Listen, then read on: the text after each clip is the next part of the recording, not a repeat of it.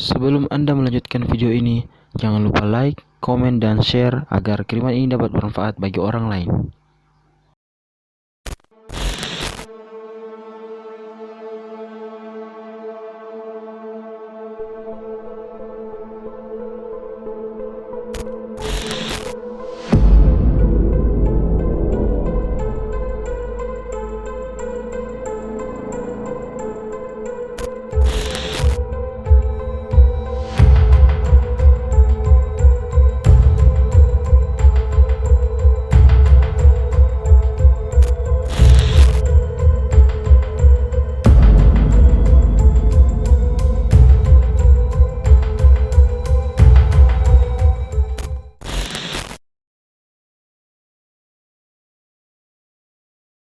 Assalamualaikum warahmatullahi wabarakatuh.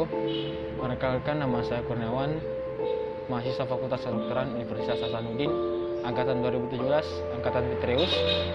Kali ini saya akan membahas lebih lengkap lagi mengenai apa yang ditrendingkan dunia saat ini, apa yang didiskusikan dunia saat ini, bukan hanya Indonesia, yaitu penyakit menular yang disebut dengan COVID-19.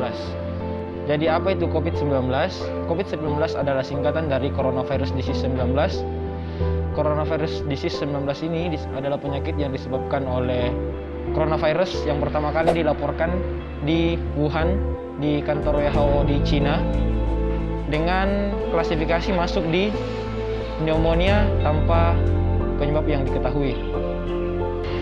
Dari jurnal yang saya baca di NCBI, morfologi dari virus ini adalah memiliki envelop, yaitu glikoprotein yang menempel pada virus ini. Kemudian virus ini pertama kali ditemukan di Wuhan dan sudah dilaporkan di berbagai negara dengan angka kematian yang meningkat dan juga angka penyembuhan yang masih relatif kecil. Virus ini menyebar melalui manusia ke manusia, yang awalnya sebenarnya dilaporkan dari hewan ke manusia, tapi sekarang sudah melalui manusia ke manusia, yaitu melalui percikan saat bersin atau batuk dari penderita COVID-19 ini. Kemudian bisa juga melalui sentuhan oleh orang yang sehat kepada objek atau benda yang sudah ditulari oleh orang yang membawa virus ini atau orang yang memiliki virus ini.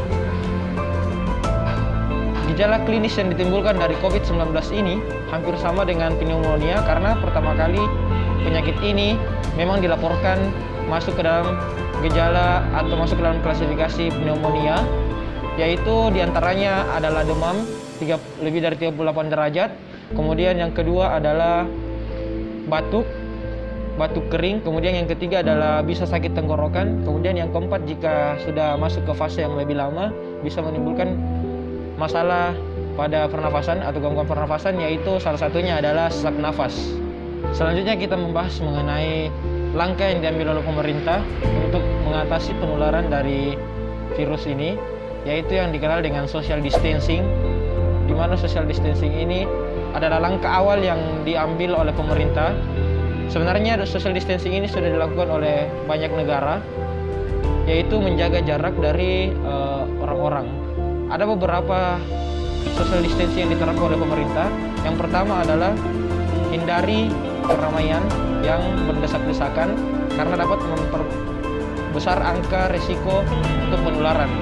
Kemudian yang kedua adalah etika batuk. Ketika Anda batuk atau bersin, maka lakukan etika batuk atau bersin yang benar, yaitu dengan menutup mulut seperti ini. Kemudian yang ketiga adalah cuci tangan rutin. Nah, cuci tangan rutin ini bisa menggunakan sabun, bisa juga menggunakan hand sanitizer atau larutan disinfektan. Jadi cuci tangan seperti biasa dengan metode 6 langkah. Yang pertama kita gosok kedua tangan, kemudian punggung jari kiri kanan, kemudian sela-sela jari, kemudian kita kunci tangan, lakukan pada kedua tangan, kemudian bersihkan ibu jari. Setelah itu yang terakhir ujung kuku, lakukan kiri kanan. Nah, kenapa cuci tangan ini penting? Karena virus ini memiliki envelop. Dalam teori dikatakan bahwasanya virus yang memiliki envelope atau bakteri yang memiliki envelope itu bisa inaktif atau mati dengan larutan disinfektan atau larutan sanitizer. Kemudian yang keempat adalah segera periksakan diri Anda jika memiliki gejala-gejala yang sudah disebutkan tadi. Tidak usah tinggal di rumah, silakan pakai masker dan langsung ke rumah sakit rujukan, di mana di Sulawesi Selatan untuk rujukan pertama itu bisa ke Rumah Sakit Wahidin Sudirohusodo. Kemudian yang terakhir adalah jaga imunitas tubuh. Kenapa kita harus menjaga imunitas tubuh? Karena dengan imunitas tubuh yang kuat atau yang tinggi atau yang sehat, maka virus ini tidak akan menimbulkan gejala. Itulah kenapa sekarang banyak orang atau anak muda yang sebenarnya positif COVID-19 ini tapi tidak bergejala karena memiliki sistem imun yang kuat. Jadi dia posisinya hanya sebagai carrier atau pembawa virus.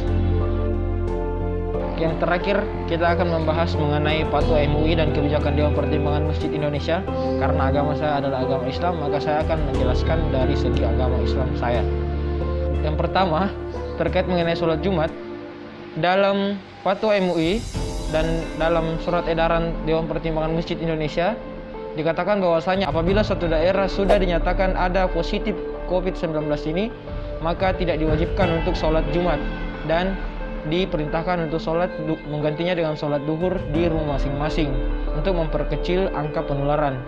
Kemudian yang kedua, dalam Fatwa MUI dikatakan bahwasanya apabila dalam suatu daerah belum dinyatakan ada positif COVID-19, maka masih bisa dilakukan sholat Jumat dengan syarat ketika selesai sholat Jumat, maka hindari untuk berjabat tangan dan langsung kembali ke rumah. Kemudian yang ketiga, perbanyaklah ibadah atau sholat 5 waktunya di rumah masing-masing. Kemudian yang keempat, marilah kita tingkatkan takwa kepada Allah Subhanahu wa taala. Perbanyak zikir, perbanyak salawat kepada Nabi Muhammad SAW. Semoga kita terhindar dari penyakit ini. Dan yang terakhir adalah perbanyak doa kepada Allah Subhanahu wa taala, karena dengan doa yang ikhlas, yang tulus, maka bersama kita lawan virus corona atau COVID-19 ini.